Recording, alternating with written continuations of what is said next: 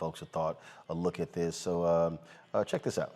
In 2022, Her Majesty Queen Elizabeth II became the first British monarch to celebrate a platinum jubilee.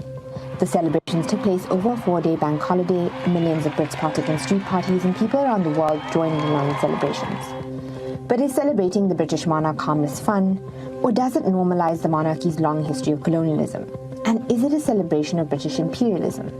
Here are 4 ways in which the British royal family has benefited from colonialism. They have historically benefited from the enslavement of human beings. In 1562, John Hawkins was the first Englishman to include African people in his cargo.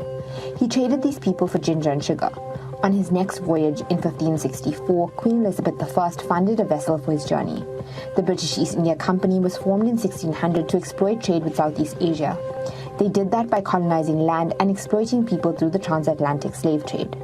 The figure who signed the Royal Charter allowing this all to happen was also Elizabeth I. Between 1690 and 1807, an estimated 6 million Africans were transported from Africa to the Americas on British or Anglo-American ships. The royal family and the British Parliament protected the trade. After Elizabeth I's death, the Royal African Company was established in 1660 by the Duke of York. The company transported more than 187,000 slaves who were often branded DY for the Duke of York. It's difficult to say how much the royals benefited from slavery, but many say it funded the entire British treasury. And it's safe to say that much of the monarch's significance, power and wealth stems from the enslavement of Africans.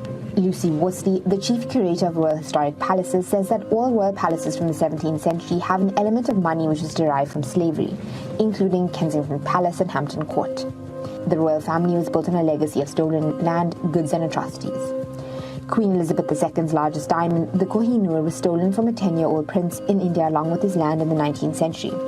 It was transferred to Queen Mary in 1911 and was handed down to the current queen. Both India and Pakistan have asked for the diamond's return, but it's still very much owned by the crown. In India, between the 1700s and mid-20th century, an estimated $45 trillion was stolen by the British under the vestiges of the crown. Famines which occurred as a result of Britain's non-intervention policy led to the death of more than 30 million Indians. In 1947, now, that was sort of like part 1, then that was also a part 2. She wanted to get Britain out of India quickly. The decision to carve up a country led to 15 million people being displaced and between 1 and 2 million people dying.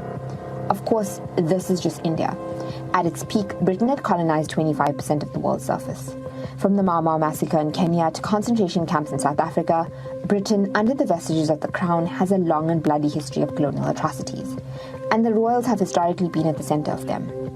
The prestige of the Commonwealth. The Commonwealth is an organization of 52 independent member states. What it actually is a collection of former British colonies and Rwanda and Mozambique. The Commonwealth originated after World War II when much of India and Africa was becoming independent. The Commonwealth claims that it is an association of sovereign nations working towards shared goals of prosperity, democracy and peace. But critics say that the association promotes neocolonialism through free trade agreements, which favor more developed economies. British companies own more than $1 trillion of Africa's key resources. The Queen is the head of the Commonwealth, and Charles has been appointed her successor, which allows the British monarchy to remain in a position of international privilege and go on tours of Commonwealth countries. But that's not all.